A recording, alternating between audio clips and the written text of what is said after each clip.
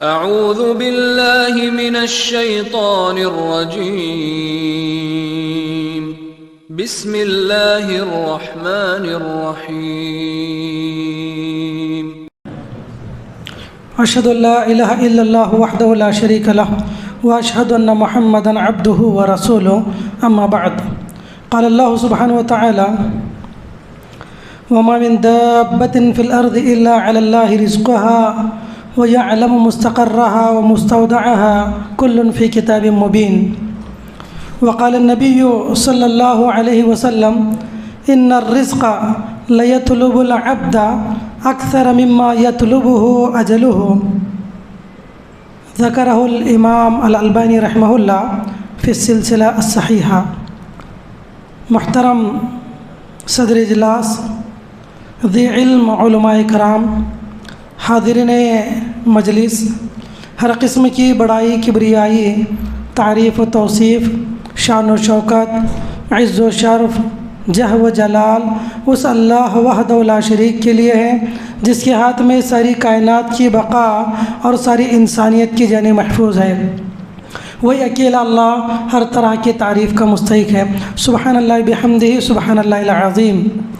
درود و سلام ہو تمام انبیاء علیہم السلام پر، بالخصوص ہمارے اور آپ کے آخری پیغمبر جناب محمد الرسول اللہ صلی اللہ علیہ وسلم پر، جنہیں رب نے ہمارے اور آپ کے لیے ہادی و رہبر، شافع محشر، ساقی کوثر، بہتر و برتر و افضل البشر بنا کر اس دنیا کے اندر مبعوث کیا. اللہم صلی علیہ بارک وسلم. محترم سامعین، اللہ رب العالمین نے انسانوں کو اس دنیا کے اندر پیدا کیا خالص اپنی عبادت کے لیے، اپنی بندگی کے لیے، اور ایک انسان کو زندگی بسر کرنے کے لیے جن جن بنیادی ضروریات درپیش ہوتی ہیں ان تمام کا اللہ تعالیٰ نے انتظام فرمایا، جن میں سے ایک اہم چیز، ایک بنیادی چیز بندے کو رزق کا ملنا ہے. دنیا میں بلکہ نہ صرف انسان، جتنی مخلوقات ہیں ان تمام مخلوقات کے رزق کا ذمہ اللہ رب العالمین کے اوپر ہے.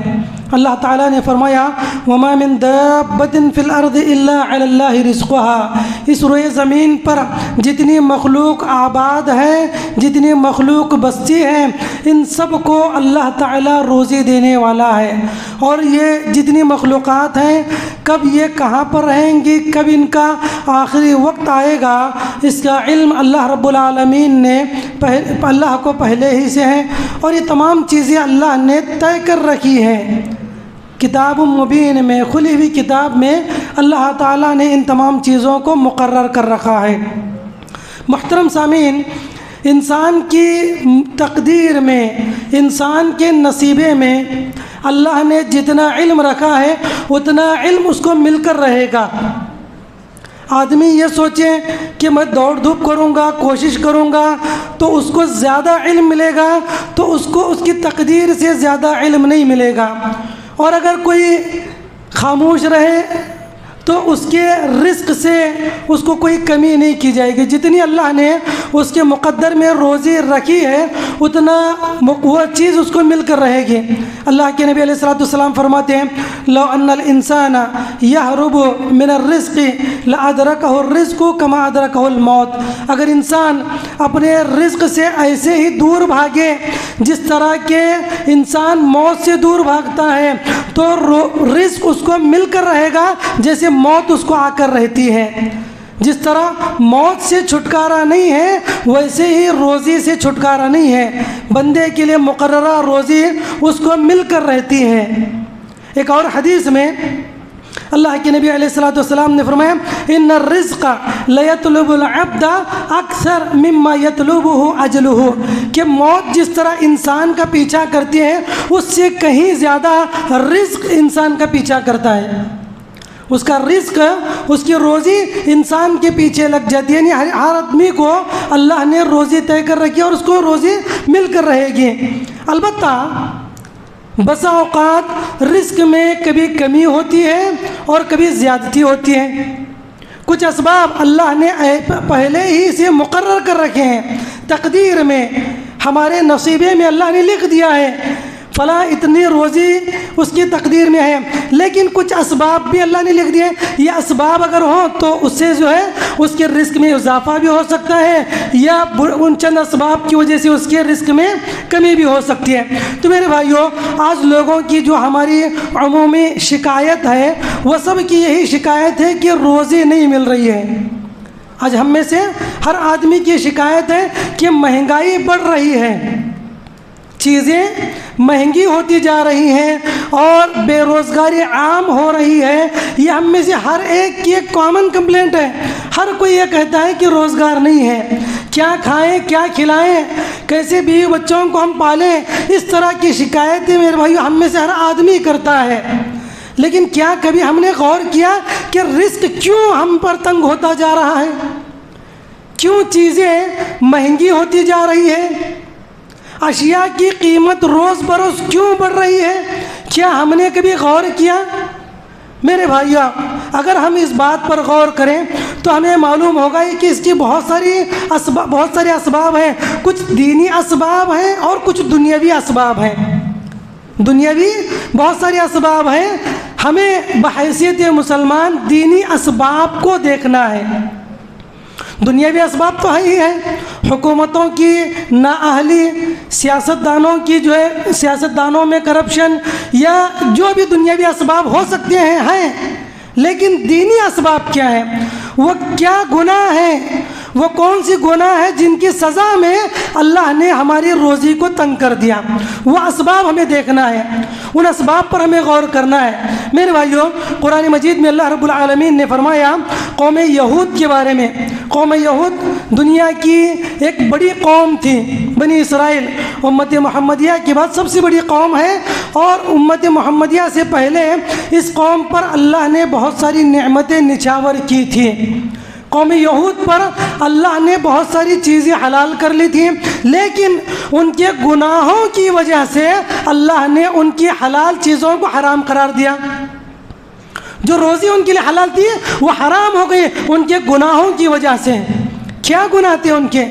قرآن مجید میں اللہ رب العالمین نے فرمایا سورۃ النساء کے اندر فَبِظُلْمٍ مِّنَ الَّذِينَ هَادُوا حَرَّمْنَا عَلَيْهِمْ طَيِّبَاتٍ أُحِلَّتْ لَهُمْ وَبِصَدِّهِمْ عَنْ سَبِيلِ اللَّهِ كَثِيرًا وَأَخْذِهِمُ الرِّبَا وَقَدْ نُهُوا عَنْهُ وَأَكْلِهِمْ أَمْوَالَ النَّاسِ بِالْبَاطِلِ وَأَعْتَدْنَا لِلْكَافِرِينَ مِنْهُمْ عَذَابًا أَلِيمًا۔ اللہ تعالیٰ نے فرمایا ان لوگوں کے ظلم و ستم کی وجہ سے ہم نے ان کے لیے حلال کردہ چیزوں کو حرام قرار دیا۔ اللہ اکبر۔ جو چیزیں اللہ نے ان کے لیے حلال کی تھی، ان کے ظلم کرنے کی وجہ سے، اپنے نفس پر بھی اور دوسروں پر بھی ظلم کرنے کی وجہ سے ان کے اوپر حلال چیزیں حرام ہو گئی، تو گویا رزق ان کے اندر کم ہو گیا، رزق کی تنگی ان کے اندر آ گئی۔ وجہ کیا تھی؟ وجہ یہ تھی کہ ان لوگوں نے ظلم و ستم کرنا شروع کیا تھا۔ یہ سب سے پہلا ستم، پہلا سبب اللہ رب العالمین نے بیان کیا ہے۔ میرے بھائیوں، آج ہم اپنے نفسوں کے اوپر غور کر دیکھیں، ہم اپنے گریبانوں میں جھانک کر دیکھیں کہ ہم کتنا ظلم کر رہے ہیں، ہم کتنا ظلم کر رہے ہیں، اپنے نفسوں پر ظلم کر رہے ہیں، بیوی بچوں پر ظلم کر رہے ہیں، دوستوں پر ظلم کر رہے ہیں، رشتہ داروں پر ظلم کر رہے ہیں، کتنا ظلم کر رہے ہیں، اور اللہ اور اس کے رسول پر بھی ظلم کر رہے ہیں، اللہ کی ذات کے ساتھ شرک کر رہے ہیں، بدعات اور خرافات ہم سے ہو رہے ہیں۔ اور دنیا میں سب سے بڑا جو ظلم اللہ نے بیان کیا، ان شرک لظلم عظیم، شرک بہت بڑا ظلم ہے۔ تو میرے بھائیوں، ظلم کی وجہ سے آدمی کی روزی میں تنگی ہوتی ہے، یہ سب سے پہلا سبب ہے جو قوم بنی اسرائیل کے اندر تھا۔ اور یاد رکھیں، سابقہ انبیاء کے جو قصے قرآن مجید کے اندر بیان کیے گئے ہیں، ان کے واقعات جو بیان کیے گئے ہیں، وہ صرف یوں ہی پڑھنے کے لیے نہیں ہے، وہ صرف پڑھ کر ہر حرف پر 10 نیکی حاصل کرنے کے لیے نہیں ہے، بلکہ غور و فکر کرنے کے لیے ہے، ہمارے لیے تدبر کے لیے ہے کہ ہم غور کریں ان پر اللہ نے نعمتیں دی، نچھاور کی تو کیوں کی، اگر اللہ نے ان کو سزا دی تو کیوں اللہ نے سزا کا انہیں مستحق قرار دیا، یہ غور کرنا ہے ہمیں۔ سابقہ اقوام کو کی مثالیں اسی لیے اللہ نے قرآن میں بیان کی ہیں. جگہ جگہ اللہ نے یہی فرمایا کہ ہم نے ان باتوں کو اس لیے پیش کیا تاکہ تم غور و فکر کرو، تاکہ تم تدبر کرو، تاکہ تم تفکر کرو. یہی چیزیں اللہ رب العالمین نے بیان کی. تو میرے بھائیوں، ہمیں دیکھنا ہے کہ قوم یہود کو اللہ نے نعمتیں دی تو کیوں دی، اور نعمتیں چھینی تھی تو اللہ نے کیوں نعمتوں کو چھینا تھا، اس پر ہمیں غور کرنا ہے. تو سب سے پہلا جو سبب تھا وہ ظلم کرنا ہے. اور یاد رکھیں، اسلام کا ایک قانون ہے یا تفسیر کا ایک اصول ہے، العبرۃ بعموم اللفظ لا بخصوص السبب. یعنی سابقہ امتوں کے اوپر کوئی سزا نازل ہوئی تو وہی کسی جرم کی پاداش میں، کسی غلطی یا کسی معصیت کے نتیجے میں، تو وہی غلطی، وہی معصیت، وہی جرم اگر آج بھی کوئی آدمی کرتا ہے تو وہی سزا اس انسان کو بھی ملے گی جو سابقہ قوموں کو ملی تھی. تو میرے بھائیوں، آج ہمارا ظلم جو ہے، ستم جو ہے، حد سے زیادہ بڑھ گیا ہے، جس کی وجہ سے آج لوگوں کے اندر رزق کی تنگی ہو رہی ہے، لوگوں میں رزق کی کمی ہے. ہر گھر میں 5-10 افراد ہوں تو کم از کم 2-3 تو بے روزگار ہیں. ہر گھر کی یہ حالت ہے، ہر گھر کی یہ کہانی ہے، اور لوگ پریشان ہیں. کمانے والا ایک ہے اور گھر میں جو ہے رہنے والے کئی افراد ہیں. وجہ پوچھی جائے، کام نہیں ہے، روزگار نہیں ہے. تو میرے بھائیوں، وجہ یہ ہے کہ ہمارے اندر ظلم و ستم زیادہ ہو گیا. دوسری چیز جو قرآن مجید میں اللہ رب العالمین نے ان کی بیان کی ہے، وَبِصَدِّهِمْ عَنْ سَبِيلِ اللَّهِ كَثِيرًا، یہ لوگ جو ہے لوگوں کو اللہ کی راہ سے روکتے تھے. دوسری چیز، اچھے کاموں سے روکتے تھے، خیر کے کاموں سے روکتے تھے، بھلائی کے کاموں سے روکتے تھے. میرے بھائیوں، آج بھی بہت سارے لوگ جو ہے اپنے ذاتی مفادات کے لیے لوگوں کو اچھے کاموں سے روک دیتے ہیں. دعوت و تبلیغ سے روک دیتے ہیں، مساجد کی تعمیر سے روک دیتے ہیں، نمازوں کے اہتمام سے روک دیتے ہیں، نمازوں کو پڑھنے سے روک دیتے ہیں، یا مختلف ناحیوں سے آج لوگ دین کے کام میں رکاوٹ بنے ہوئے ہیں. نتیجہ یہ ہے کہ اللہ نے ہمارے رزق میں کمی کر دی. یہ قوم یہود کا شیوا ہے، یہ ان لوگوں کا وتیرہ ہے کہ جہاں پر اچھے کام ہوتے ہیں وہاں پر وہ لوگ رکاوٹ بن جاتے تھے. تیسری چیز جیسے کہ اللہ رب العالمین نے فرمایا وَأَخْذِهِمُ الرِّبَا وَقَدْ نُهُوا عَنْهُ، ان لوگوں کو سود سے منع کیا گیا تھا، باوجود اس کے وہ لوگ سود کھایا کرتے تھے. اور دیکھیے، یہودیوں کی تجارت ہو یا ان کی کمائی کا جو دار و مدار ہے سودی لین دین پر تھا. بلکہ خود اللہ کے نبی علیہ السلام کے زمانے میں جو قبائل یہودیوں کے تھے ان کا مکمل بزنس جو ہے یا اکثر جو ہے بزنس یا اکثر ان کی تجارت جو ہے اکثر سودی لین دین پر منحصر تھی. تو سود کی وجہ سے ان لوگوں پر اللہ نے رزق کو تنگ کر دیا. میرے بھائیوں، اگر ہم اپنے اطراف میں نظر دوڑا کر دیکھیں، اپنے معاشرے پر، ہم معاشرے میں جھانک کر دیکھیں، ہمیں کئی ایسے افراد ملیں گے جو باقاعدہ سود کھا رہے ہیں، سود لیتے ہیں یا سود دیتے ہیں. کتنے افراد ایسے ہیں؟ اور کئی تو نمازی ہیں، 5 وقتہ نمازی ہیں، روزوں کا اہتمام کرنے والے بھی ہیں، اور ہو سکتا ہے عمرہ بھی انہوں نے کیا ہو، حج بھی کیا ہو، لیکن سودی کاروبار کرتے ہیں، سود لے رہے ہیں یا لوگوں کو سود دے رہے ہیں. کئی مالدار ایسے ہیں جن کی پراپرٹی بنی ہوئی ہے، بڑی دولت کی ہے، انبار جو ان کے پاس لگے ہوئے ہیں، اب وہ کمانا نہیں چاہتے، محنت نہیں کرنا چاہتے، تو اپنی جو کمائی ہے، اپنا جو مال ہے، لوگوں کو انٹرسٹ پر دے دیتے ہیں. 2%، 3%، 5% پر جو ہے لوگوں کو روپیہ دے دیتے ہیں، 2 لاکھ 3 لاکھ، اور اس کا جو سود آتا ہے اسی پر ان کی زندگی کا گزر بسر ہو رہا ہے. کتنے افراد ایسے ہیں؟ مسلمان، نام نہاد مسلمان، نماز بھی پڑھ رہے ہیں اور جو ہے وضاقتہ سے مسلمان ہیں، جبہ قبہ داڑھی ٹوپی سب چیزیں ہیں، لیکن سودی کاموں کے اندر ملوث ہیں. میرے بھائیوں، یہ سود ایک ایسی لعنت ہے جس کی وجہ سے رزق سے برکت چھن جاتی ہے. اللہ نے فرمایا یمحق اللہ الربا ویربی الصدقات، اللہ نے فرمایا یمحق اللہ الربا ویربی الصدقات، کہ یقیناً جو ہے تجارت سے مال میں برکت آتی ہے اور سود سے برکت چھن جاتی ہے، ختم ہو جاتی ہے برکت. سودی کاروبار سے. کئی افراد ایسے ہیں بغیر ضرورت کے، بغیر کسی بنیادی ضرورت کے لوگ جو ہے لون لیتے ہیں. کبھی بزنس لون کے نام سے، ہوم لون کے نام سے، ایجوکیشن لون کے نام سے، یا مختلف چیزوں کے نام سے جو ہے آج لون لے رہے ہیں بغیر ضرورت کے. کیا لوگوں سے فتویٰ، علماء سے فتویٰ پوچھتے ہیں، کہتے ہیں کہ مولوی صاحب میرا جو گھر ہے بس وہ ایک ہی فلور ہے، میں دوسرا فلور بنانا چاہتا ہوں، کیا میں لون لے سکتا ہوں؟ میرے بھائیو، ایک زندگی گزارنے کے لیے، سر چھپانے کے لیے چھت مل گیا کافی ہے. ایسی ضروریات جو کہ بالکل جائز ہی نہیں ہے، ایسی ضروریات جو کہ ایسی چیزیں جس میں کوئی ضروری نہیں ہے کہ وہ لون لے، تو لوگ جو ہے بلا ضرورت جو ہے لون لے لیتے ہیں. اور بہت سارے لوگ جو ہے ضروریات کے بلکہ خواہشات کو پوری کرنے کے لیے، خواہش نفس کی تکمیل کے لیے لون لے رہے ہیں. تو میرے بھائیو، لون لینے سے آدمی کی برکت، آدمی کے رزق میں تنگی آتی ہے اور وہ آدمی پریشان رہتا ہے، سال ہا سال جو ہے اسی قرض میں ڈوبا ہوا آتا ہے، اس لیے کہ برکت نہیں. اور کتنے لوگ ایسے ہیں جنہوں نے سودی کا لون لیا حکومت کے بینکوں کے ذریعے، اور سود پر سود دیتے دیتے تھک اتنا گیا کہ اس کی اصل رقم تو باقی ہے اور جو پراپرٹی ہے وہ ضبط ہو گئی. تو اس طرح کی بہت ساری مثالیں جو ہیں ہمارے سامنے موجود ہیں ہمارے معاشرے کے اندر. تو میرے بھائیو، یہ سود جو ہے بہت ہی بری بلا ہے، اس سے آدمی کو بچنا چاہیے.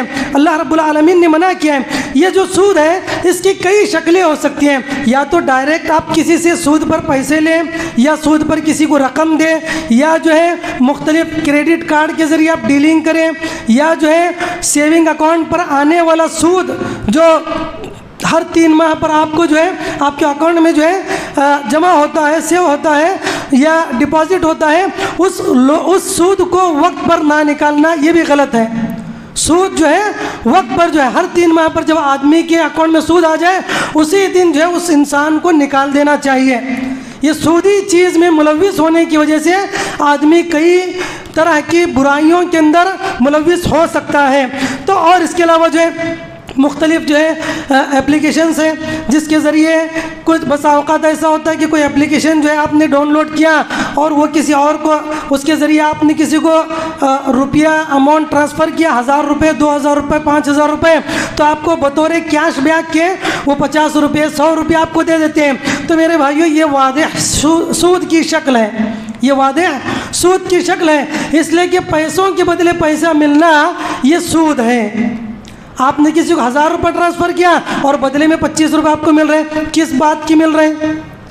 پیسوں کے بدلے پیسہ ملنا یہ جائز نہیں ہے. علماء نے اس کو حدیث رسول الذهب بالذهب والفضة بالفضة کی روشنی میں حرام قرار دیا ہے، اور یہ واضح شکل ہے. اس کے علاوہ اگر آپ نے کوئی چیز آن لائن جو ہے پرچیز کی ہے، خریدی ہے، شاپنگ کی ہے، اس کے بدلے میں اگر آپ کو کیش بیک ملتا ہے تو اس کے لینے میں کوئی حرج نہیں ہے. کوئی چیز آپ نے جو ہے کوئی ہوٹل بک کیا یا چیزیں آپ نے آن لائن خریدی ہیں، اس کے بدلے کیش مل رہا ہے تو یہ آپ کے سود نہیں ہے. لیکن پیسوں کے بدلے اگر آپ کو پیسہ ملتا ہے تو یہ سود کی شکل ہے، اس سے آدمی کو بچنا چاہیے. اسی طرح بہت سارے مقامات پر، خاص کر قریوں کے اندر، قریوں میں دیکھا جاتا ہے عورتوں میں بھی سود کی کئی شکلیں پائی جاتی ہیں. عورتیں، بہت ساری عورتیں ایک جگہ پر جمع ہو کر کسی کے پاس سے سود کی رقم لیتی ہیں، جس کو غالباً سنگما یا اس طرح کا کچھ نام دیتے ہیں. بہت ساری عورتیں مل کر جو ہے ڈگرا، جی، تو اس طرح ڈگرا یا سنگما یا ہو سکتا ہے مختلف علاقوں میں اس کے مختلف نام ہو، لیکن عورتیں اس بات میں ملوث ہیں اور بہت ہی گھنونی چیز ہے.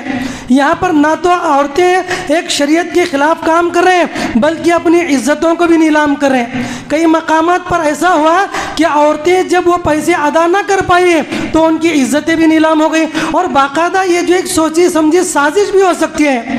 مسلمان عورتوں کی عزت و عفت کو تار تار کرنے کے لیے اس طرح کی سازش بھی ہو سکتی ہے، اور بغیر سازش کے بھی عورتیں جو ہے اپنی عزتوں کو نیلام کر رہی ہیں، لوگوں کے اندر بازاروں میں آ جا رہی ہیں. جب اور یہ پھر یہ اس کی یہ سزا ہے. عورتیں گناہ ہی کی وجہ سے جو ہے سر عام بدنام ہو جاتی ہیں. تو بہرحال میرے بھائیوں اس طرح کی بہت ساری شکلیں ہیں سود کی جس کی وجہ سے انسان کے رزق میں کمی ہوتی ہے. اور چوتھی چیز جو قرآن مجید میں اللہ رب العالمین نے بیان کی ہے وَأَكْلِهِمْ أَمْوَالَ النَّاسِ بِالْبَاطِلِ، لوگوں کے مال کو باطل طریقے سے کھانا. باطل طریقے سے، کوئی حق نہیں اس کا. کسی بھائی کا مال بغیر کسی عوض کے، بغیر کسی حق کے لے لینا یہ حرام ہے. اور ایسے انسان چاہے جتنی نیکیاں کر لے، نماز، روزہ، حج، زکوٰۃ سب ہو گیا. اللہ کے رسول کہتے ہیں کل قیامت کے دن لوگ آئیں گے. نبی نے پوچھا اتدرون من المفلس، تم جانتے اے صحابہ کیا تم جانتے ہو میری امت میں مفلس کون ہے؟ صحابہ اکرام نے فرمایا یا رسول اللہ من لا درہم لہ ولا دینار، اے اللہ کے رسول وہ شخص مفلس ہے، کنگال ہے جس کے پاس کوئی درہم و دینار نہیں ہے، مال و دولت نہیں ہے، پیسہ نہیں ہے، ایسا آدمی مفلس ہے. تو اللہ کے نبی نے فرمایا کہ نہیں، میری امت کا مفلس وہ ہے جو کل قیامت کے دن آئے گا، بہت ساری نیکیاں ہوں گی، بہت ساری نیکیاں. بلکہ نبی نے فرمایا جبل تہامہ، مکہ کے اندر ایک پہاڑ کا نام ہے، اتنے پہاڑ کے برابر نیکیاں لے کر آئے گا. لیکن جب لے کر آئے گا تو کیا ہوگا؟ کسی کا مال اس نے کھایا ہوگا، اکل مال ہذا شتم ہذا وقذف ہذا، اور کما قال علیہ الصلوۃ والسلام، کسی کو گالی دیا ہوگا، کسی کو برا بھلا کہا ہوگا، کسی کا مال کھایا ہوگا، کسی پر بہتان لگایا ہوگا، کسی کا خون بہایا ہوگا. یہ تمام گناہ اس نے کیے. نتیجے میں یہ ہے کہ اس کی تمام نیکیاں ختم ہو جائیں گی. مظلومین آئیں گے، ایک شخص آئے گا اس کی فلاں نیکیاں لے جائے گا، دوسرا آئے گا فلاں نیکیاں لے جائے گا، تیسرا آئے گا فلاں نیکیاں، چوتھا آئے گا فلاں نیکیاں. اس طرح اس کی تمام نیکیاں ختم ہو جائیں گی. پھر حالت ایسی ہوگی کہ جب نیکیاں ختم ہو جائے گی اور بدلہ چکانے کے لیے اب اس کے پاس نیکیاں نہیں رہے گی تو ان لوگوں کے گناہ لے کر اس آدمی کے اوپر مسلط کر دیا جائے گا. اس آدمی پر اس کے گناہ ڈال دیے جائیں گے اور اس کو جہنم میں داخل کر دیا جائے گا. تو میرے بھائیوں ہماری نیکیوں کا فائدہ کیا؟ ہماری نمازوں کا فائدہ کیا؟ ہمارے روزوں کا فائدہ کیا؟ ہم ایک طرف نمازیں بھی پڑھ رہے ہیں، روزے بھی رکھ رہے ہیں، حج بھی کر رہے ہیں، عمرے بھی کر رہے ہیں، بہت سارے خیرات کے کام کر رہے ہیں، لیکن حرام مال بھی کھا رہے ہیں. وَأَكْلِهِمْ أَمْوَالَ النَّاسِ بِالْبَاطِلِ، باطل طریقے سے لوگوں کا مال کھا رہے ہیں. تو میرے بھائیوں ہماری نیکیوں کا کوئی فائدہ نہیں ہے. کتنے لوگ ہیں جو آج حرام طریقے سے، اور بہت سارے لوگ تو دین کے نام پر کھا رہے ہیں.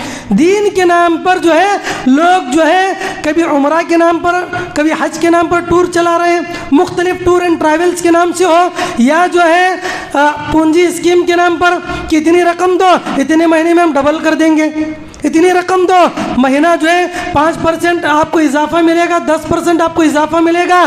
اور لوگ جو ہے حرص کے اندر مبتلا ہو کر اپنی تمام اماؤنٹ جو ہے اس طرح کی کمپنیوں کے اندر ڈال دیتے ہیں اور ہاتھ پر ہاتھ رکھ کے بیٹھ جاتے ہیں. یہ سوچتے ہیں کہ ہم لوگ جو ہے بہت ہی جلد مالدار بن جائیں گے، اور وہ لوگ جو ہے ان لوگوں کا مال ہڑپ کر لے جاتے ہیں. تو اس طرح بھی لوگ باطل طریقے سے مال کو کھاتے ہیں، جبکہ اللہ رب العالمین نے اس سے منع فرمایا کہ تم لوگ جو ہے آپس میں ایک دوسرے کا مال بالکل باطل طریقے سے ہرگز نہ کھاؤ. تو یہ ان لوگوں کی گناہ تھا، ان لوگوں کی یہ جرم تھا ان لوگوں کا، جس کی وجہ سے اللہ تعالیٰ نے ان کے اوپر حلال چیزوں کو حرام قرار دیا اور ان کے رزق میں تنگی آ گئی. یہ 4 چیزیں ہیں. سب سے پہلی چیز ظلم، دوسری چیز اللہ کی راہ سے لوگوں کو روکنا، تیسری چیز سود خوری کرنا، چوتھی چیز حرام مال کھانا، باطل طریقے سے بغیر حق کے مال کھا لینا. یہ چیزیں تھیں. اسی طرح ایک اور چیز جس کی وجہ سے لوگوں کے رزق میں تنگی ہوتی ہے وہ اللہ کی ناشکری کرنا، اللہ کی نعمتوں کو کھا کر اللہ کی ناشکری کرنا. لئن شکرتم لازیدنکم ولئن کفرتم ان عذابی لشدید. اللہ نے فرمایا کہ اگر تم لوگ میری نعمتوں کو استعمال کر کر میرا شکر ادا کرو، ان نعمتوں میں میں مزید اضافہ کروں گا، اور اگر تم نے میری نعمتوں کو استعمال کر کر میرا شکریہ ادا نہیں کیا تو یاد رکھو میرا عذاب بڑا سخت ہے. اور عذاب کی کئی شکلیں ہیں، عذاب کی کئی صورتیں ہیں، جن میں سے ایک عذاب یہ ہے کہ آدمی جو ہے بھوکمری کا شکار ہو جائے، آدمی جو ہے تنگ دستی کا شکار ہو جائے، اس کے رزق میں تنگی آ جائے. یہ بھی ایک عذاب کی شکل ہے. تو اس لیے انسان کو چاہیے کہ ہمیشہ اللہ کا شکر ادا کرتے رہیں. جو نعمتیں اللہ کی جانب سے ہمیں ملی ہیں ان نعمتوں پر شکر ادا کریں۔ قرآن مجید میں اللہ رب العالمین نے ایک قریے کی مثال دی، ایک گاؤں کی مثال دی۔ اللہ تعالیٰ نے فرمایا وَضَرَبَ اللَّهُ مَثَلًا قَرْيَةً كَانَتْ آمِنَةً مُطْمَئِنَّةً يَأْتِيهَا رِزْقُهَا رَغَدًا مِّن كُلِّ مَكَانٍ فَكَفَرَتْ بِأَنْعُمِ اللَّهِ فَأَذَاقَهَا اللَّهُ لِبَاسَ الْجُوعِ وَالْخَوْفِ بِمَا كَانُوا يَصْنَعُونَ۔ اللہ تعالیٰ نے سورۃ النحل کے اندر آیت نمبر 112 میں فرمایا کہ وَضَرَبَ اللَّهُ مَثَلًا قَرْيَةً، ایک بڑا بہترین قریہ تھا، قَرْيَةً كَانَتْ آمِنَةً مُطْمَئِنَّةً، بڑے امن و امان کے ساتھ وہ زندگی گزار رہا تھا، بڑے عافیت میں وہ زندگی گزار رہا تھا، بڑا مطمئن تھا وہ قریہ، اور بڑی اس پر مستزاد یہ، اس پر بڑی نعمت یہ کہ یأتیہا رزقہا رغدا من کل مکان، کہ اس کے لیے اس کا رزق ہر جگہ سے کھینچا چلا آ رہا تھا، ہر جگہ سے اس کو اللہ تعالیٰ کا رزق پہنچ رہا تھا، بغیر کسی تکلیف اور مصیبت کے، تکلیف اور پریشانی کے اس کا رزق اس کو مل رہا تھا، عافیت کی زندگی تھی، رزق کی فراوانی تھی۔ لیکن اس قریے کے لوگوں نے کیا کیا؟ فکفرت بانعم اللہ، اللہ کی نعمتوں کی ناشکری کی، انہوں نے اللہ کی نعمتوں کی ناشکری کی۔ نتیجہ کیا ہوا؟ رزلٹ کیا نکلا؟ فَأَذَاقَهَا اللَّهُ لِبَاسَ الْجُوعِ وَالْخَوْفِ، اللہ تعالیٰ نے انہیں بھوکمری اور خوف کا لباس پہنا دیا، لوگوں کو بھوکمری کے اندر اللہ نے مبتلا کر دیا، رزق کے اندر کمی ہو گئی، اور ان کے جو عافیت والی زندگی تھی وہ خوف اور ہراس میں تبدیل ہو گئی، ہر وقت مضطرب اور پریشان تھے، وہ لوگ پریشانی کے عالم میں زندگی گزارنے لگے۔ کیوں؟ اللہ کا عذاب تھا ان لوگوں کے اوپر، اللہ کا عذاب تھا۔ تو وجہ کیا تھی؟ ناشکری ان لوگوں نے کی۔ میرے بھائیوں، اس لیے آج ہم اپنے گریبانوں میں جھانک کر دیکھیں کہ اللہ نے ہم پر کتنی نعمتیں نچھاور کی ہیں، اور ہم کیا اللہ کا شکر ادا کر رہے ہیں؟ کتنی نعمتیں ہیں، ہزار ملکی اور دنیاوی تکلیفوں کے باوجود جو ہے ہم لاکھوں نعمتوں کے اندر زندگی بسر کر رہے ہیں۔ امن و سکون کی زندگی ہے، عافیت کی زندگی ہے، جسمانی صحت الحمدللہ اللہ نے ہمیں دی ہے، مال کی فراوانی بھی الحمدللہ ہمارے پاس ہے۔ کتنے لوگ ایسے ہیں جن کے پاس مال ہے لیکن کھانے کی توفیق نہیں ہے، اس قدر بیماریوں کے اندر مبتلا ہے کہ مال ہونے کے باوجود کھا نہیں سکتے۔ آپ دیکھیں کبھی ہاسپٹلس کی زیارت کر کر کس قدر لوگ پریشان حال ہیں، کتنے لوگ ایسے ہیں اپنا ہاتھ اٹھا کر کھا نہیں سکتے، کتنے لوگ ایسے ہاتھ ہیں لیکن منہ میں کے ذریعے کھا نہیں سکتے، مختلف نالیوں کے ذریعے ان کو غذا پہنچائی جاتی ہے۔ میرے بھائیوں، ہاسپٹل میں مختلف قسم کے بیماریوں کے اندر مبتلا لوگ موجود ہیں۔ الحمدللہ اللہ کا شکر ہے کہ اللہ نے ہمیں عافیت میں رکھا ہے، ہم پر بے شمار نعمتیں ہیں، لیکن میرے بھائیوں ہم لوگ کبھی اللہ کی نعمتوں کا شکر ادا نہیں کرتے۔ کتنی نعمتیں ہیں ہم میں سے۔ دنیا کے اندر کچھ ممالک ایسے ہیں جن کو یہ نہیں پتہ ہوتا کہ اگر انہوں نے صبح میں ناشتہ کر لیا تو دوپہر کا ملے گا یا نہیں ملے گا، اگر دوپہر میں کھا لیتے ہیں تو پتہ نہیں کہ رات میں وہ بھوکے سوئیں گے یا کھا کر سوئیں گے، اور ان کے خوف کا عالم یہ ہے اگر کوئی صبح کرتا ہے تو پتہ نہیں کہ شام ہوگی یا نہیں ہوگی، شام کرتا ہے تو پتہ نہیں صبح وہ زندہ رہے گا یا نہیں رہے گا۔ میرے بھائیوں، یعنی اس قدر خوف کے اندر لوگ زندگی بسر کر رہے ہیں۔ الحمدللہ ہم لوگ بڑی عافیت میں ہیں، ہم لوگ بڑے امن و امان میں زندگی گزار رہے ہیں، لیکن میرے بھائیوں افسوس یہ ہے کہ ہم لوگ نہ زبانی طور پر اللہ کا شکر ادا کرتے ہیں، نہ ہی عبادت کے ذریعے اللہ کا شکر ادا کرتے ہیں۔ زبانی طور پر بھی ہم شکر ادا نہیں کرتے، ہمیشہ جو ہے اپنی زبانوں پر شکوے شکایتیں ہمارے زبانوں پر ہوتی ہیں، چاہے تجارت کتنی اچھی کیوں نہ ہو، بزنس کتنا اچھا کیوں نہ ہو، جب بھی کوئی پوچھے کہتے ہیں کہ کیا کریں، تجارت ہی نہیں ہے، بزنس نہیں ہے، بیوپار نہیں ہے، یا مختلف قسم کی جو ہے شکایتیں ہماری زبانوں پر ہوتی ہیں۔ میرے بھائیوں، اللہ کا شکر ادا کریں، جس حال میں ہیں اس پر اللہ رب العالمین کا شکر ادا کریں، زبانی طور پر بھی اور عملی طور پر بھی۔ آج بڑے افسوس ہوتا ہے، شکریہ تو درکنار، جو فرائض ہیں، شکریہ کے لیے عبادت تو درکنار، جو فرائض ہیں ان کی بھی ہم ادائیگی نہیں کر پا رہے ہیں۔ اللہ کے رسول علیہ الصلوۃ والسلام جو ہے اس قدر کان رسول اللہ صلی اللہ علیہ وسلم یتعبد حتی تتفطر قدماہ او کما قالت عائشہ رضی اللہ عنہا کہ اللہ کے رسول صلی اللہ علیہ وسلم اس قدر عبادت کیا کرتے تھے کہ آپ کے پیروں میں ورم آ جایا کرتا تھا، آپ کے پیر سوج جایا کرتے تھے۔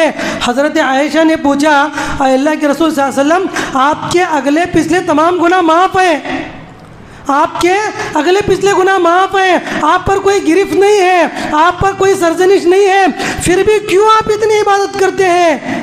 تو اللہ کے نبی نے کیا فرمایا؟ اللہ کے نبی نے فرمایا آیا عائشہ افلا اکون عبدا شکورا، کیا میں اللہ کا شکر گزار بندہ نہ بنوں؟ اللہ اکبر، کیا میں اللہ کا شکر گزار بندہ نہ بنوں؟ اس قدر اللہ کے رسول عبادت کرتے ہیں کہ آپ کے پیروں میں ورم آ جائے گا۔ عام دنوں کی عبادت ہے، یہ رمضان کی نہیں، عام دنوں کی عبادت ہے۔ اس قدر آپ علیہ الصلوۃ والسلام کے پیر سوج جاتے تھے، اتنی عبادت کیا کرتے تھے۔ میرے بھائیوں، ہم لوگ سوچ کر دیکھیں کیا کبھی ہماری زندگی میں کبھی اس طرح کی کیفیت ہوئی ہے؟ عبادت میں کھڑے ہو کر کبھی ہمارے پیر سوجے ہیں؟ کبھی ہمارے پیروں میں ورم آیا ہے؟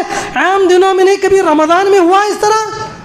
کبھی نہیں میرے بھائیوں، اس لیے کہ آج ہماری عبادتیں نہیں ہوئیں جس طرح اللہ کے رسول صلی اللہ علیہ وسلم عبادت کیا کرتے تھے۔ افلا اکون عبدا شکورا، بطور شکر کے اللہ کے رسول صلی اللہ علیہ وسلم عبادت کیا کرتے تھے، بطور شکر کے نماز پڑھا کرتے تھے، بطور شکر کے روزہ رکھا کرتے تھے۔ محرم کے روزے کے تعلق سے آتا ہے کہ فصام موسیٰ شکرا للہ، حضرت موسیٰ علیہ السلام کو جب اللہ نے نجات دی فرعون سے تو محض اس شکریہ کے طور پر انہوں نے اللہ کے لیے روزہ رکھا تھا۔ تو شکریہ کے لیے ہمیں نماز بھی پڑھنا ہے، شکریہ کے لیے ہمیں روزہ بھی رکھنا ہے، شکریہ کی طرف بے شمار نعمتیں ہیں۔ اللہ کے نبی علیہ الصلوۃ والسلام نے فرمایا کہ ہم پر ہمارے جسم کے اندر جو ہے 360 سے زیادہ جوڑ ہیں، جو اللہ کی بہت بڑی نعمت ہے۔ اگر کوئی بندہ روزانہ صبح چاش کے وقت 2 رکعت نماز پڑھتا ہے تو گویا کہ اس نے ان نعمتوں کا شکر ادا کیا اللہ کی ذات پر، اللہ کی بارگاہ میں۔ میرے بھائیو، ہم میں کون ایسا ہے جو اس نماز کا اہتمام کرتا ہو؟ میرے بھائیو، ہمیں اہتمام کرنا چاہیے۔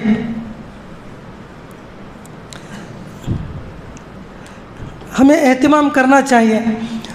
تو میرے بھائیو، یہ تیسری چیز ہے۔ 5ویں چیز ہے کہ آدمی اگر ناشکری کرتا ہے تو اس کے رزق کے اندر تنگی ہوتی ہے۔ اس کے علاوہ میرے بھائیو، دین سے اعراض کرنا، احکام الہی پر عمل نہ کرنا، اس کی وجہ سے بھی جو ہے آدمی کے رزق کو اللہ تعالیٰ تنگ کر دیتا ہے۔ قرآن مجید میں اللہ رب العالمین نے فرمایا لقد كان لسبع في مسكنهم آية جنتان عن يمين وشمال كلوا من رزق ربكم واشكروا له بلدة طيبة ورب غفور فأعرضوا فأرسلنا عليهم سيل العرم وبدلناهم بجنتيهم جنتين۔ اللہ تعالیٰ نے فرمایا کہ قوم سبا یہ بھی امت محمدیہ سے پہلے ایک بڑی خوشحال قوم گزری ہے، بڑی خوشحال قوم یہ گزری ہے۔ اللہ تعالیٰ نے اس کے بارے میں فرمایا ان لوگوں کے ٹھکانوں کے پاس اللہ نے بہت ساری نشانیاں رکھی تھی، ان کے دائیں بائیں ہر جانب جو ہے اللہ نے پھل فروٹ کے، میوہ جات کے سبز جو ہے باغات اللہ تعالیٰ نے ان لوگوں کو عطا کیے تھے۔ اور اللہ نے فرمایا کلوا من رزق ربکم واشکروا لہ، کہا کہ تم اپنے رب کے رزق کو کھاؤ اور اس کا شکر ادا کرو۔ بلدۃ طیبۃ ورب غفور، یہ بڑا پاکیزہ شہر ہے اور اللہ رب العالمین یقیناً بخشنے والا ہے۔ یہ اللہ تعالیٰ نے ان کو نعمت دی تو ان لوگوں نے کیا کیا؟ اس قوم نے کیا کیا؟ اس قوم نے فأعرضوا، ان لوگوں نے اللہ کے احکام کو پسے پش ڈال دیا۔ نتیجہ یہ ہوا کہ اللہ رب العالمین نے فرمایا کہ ان پر اللہ تعالیٰ نے تیز و تند بارش کو بھیج دیا، آندھی طوفان کو اللہ رب العالمین نے بھیج دیا، اور ان کے جو باغات تھے ان باغات کو اللہ رب العالمین نے کانٹوں کے باغات کے اندر تبدیل کر دیا۔ سوکھے درختوں کے اندر اللہ تعالیٰ نے سرسبز و شاداب باغات کو تبدیل کر دیا۔ تو ان کے دین کے اوپر عمل نہ کرنے کی وجہ سے، احکام الہیہ کو پسے پش ڈالنے کی وجہ سے، میرے بھائیوں آج ہم بھی کتنی ایسی چیزیں ہیں، اللہ کے احکام ہیں جن کو ہم لوگ پسے پش ڈال رہے ہیں، جن پر عمل نہیں کر رہے ہیں۔ کتنے احکام ہیں مکمل طور پر، عام نوافل کی بات تو دور، فرائض میں ہم لوگ کوتاہ دست ہیں۔ چاہے وہ نماز کا معاملہ ہو یا فرض روزوں کا معاملہ ہو، فرض زکوٰۃ کی ادائیگی ہو، یا جو ہے استطاعت ہونے کے باوجود عمرہ یا حج کی ادائیگی ہو، یہ تمام چیزیں ہیں، ان چیزوں کو ہم نے پس پش ڈال دیا، نتیجے میں اللہ رب العالمین نے ہمارے رزق کو تنگ کر دیا ہے۔ تو میرے بھائیوں، بہت سارے اسباب ہیں جس کی وجہ سے ہمارے رزق میں تنگی ہو رہی ہے، ہم لوگوں کو چاہیے کہ ان اسباب سے بچیں، ان اسباب سے بچیں۔ ایک اور سبب جو ہے، بس اللہ کے نبی علیہ السلام نے فرمایا کہ جو قوم اپنے ناپ تول کے اندر کمی کرتی ہے، جب لوگوں سے کوئی چیز لیں یا دیں، تجارت کرے، بزنس کرے، تو اس وقت جو ہے آدمی کسی چیز کو لینے میں یا دینے میں میزان کے اندر، ترازو میں کانٹا مارے، ڈنڈی مارے، تو ایسے وقت میں اللہ رب العالمین کے رزق میں تنگی آتی ہے۔ اللہ تعالیٰ نے فرمایا کہ وَلَمْ يَنْقُصُ الْمِقْيَالَ وَالْمِيزَانَ إِلَّا أُخِذُوا بِالسِّنِينِ وَشِدَّةِ الْمَعُونَةِ وَجَوْرِ السُّلْطَانِ عَلَيْهِمْ۔ لوگ جب میزان میں کمی کریں تو اللہ رب العالمین آسمان سے بارش کو روک دے گا، آسمان سے بارشیں نہیں ہوں گی، اور نتیجے میں یہ ہے کہ اناج کوئی اگے گا نہیں، غلہ اگے گا نہیں، جس کی وجہ سے لوگوں کے اندر تنگی، رزق کی تنگی ہوگی۔ دوسری چیز اللہ کے نبی نے فرمائی وہ شدت المعونہ، مہنگائی بڑھ جائے گی، مہنگائی عام ہو جائے گی۔ تیسری چیز اس کے نتیجے میں اللہ نے فرمایا کہ وہ جور السلطان علیہم، سلاطین کا، حکمرانوں کا ظلم و جور زیادہ ہو جائے گا۔ کب؟ جب آدمی ناپ تول کے اندر کمی کریں، ناپ تول میں کمی کریں، یہ 3 سزائیں بھگتنی پڑے گی۔ پہلی بات تو یہ کہ آدمی کے لوگوں کے اوپر بارش نازل نہیں ہوگی، دوسری چیز مہنگائی زیادہ ہوگی، تیسری چیز حکمرانوں کا ظلم و جور زیادہ ہو جائے گا۔ اور تو اس لیے لوگوں کو چاہیے کہ ناپ تول میں کمی کرنے سے بچیں۔ اس کے علاوہ میرے بھائیوں، بہت سارے اسباب ہیں گناہ کے، جو بھی گناہ ہے اس کی وجہ سے انسان کے رزق میں کمی آتی ہے، اس لیے ہم لوگوں کو چاہیے کہ ایسے اسباب سے بچیں اور خیر کے کام کریں، اچھے کام کریں، ایسے اسباب اختیار کریں جن کی وجہ سے ہمارے رزق میں اضافہ ہو سکتا ہے، جیسے اللہ رب العالمین کا تقوی اختیار کرنا، رشتہ داریوں کو جوڑنا، اسی طرح اللہ کی ذات پر توکل کرنا۔ یہ ایسے اسباب ہیں جن کی وجہ سے ہمارے رزق میں برکت ہوگی، زیادتی ہوگی۔ اس لیے ہم لوگوں کو چاہیے کہ ہم لوگ جو ہے جب دنیاوی مہنگائی کو دیکھ رہے ہیں، بے روزگاری کو دیکھ رہے ہیں، تو اس کے اندر دینی اعتبار سے غور و خوض کریں اور اللہ کی ذات سے دعا بھی کریں کہ اللہ تعالیٰ جو ہے اس مہنگائی کو ختم کر دے، اللہ تعالیٰ تمام مسلمانوں کو کشادہ رزق عطا فرمائے، اللہ تعالیٰ امن و امان اور عافیت کی زندگی مسلمانوں کو عطا فرمائے، آمین۔ السلام علیکم ورحمۃ اللہ وبرکاتہ۔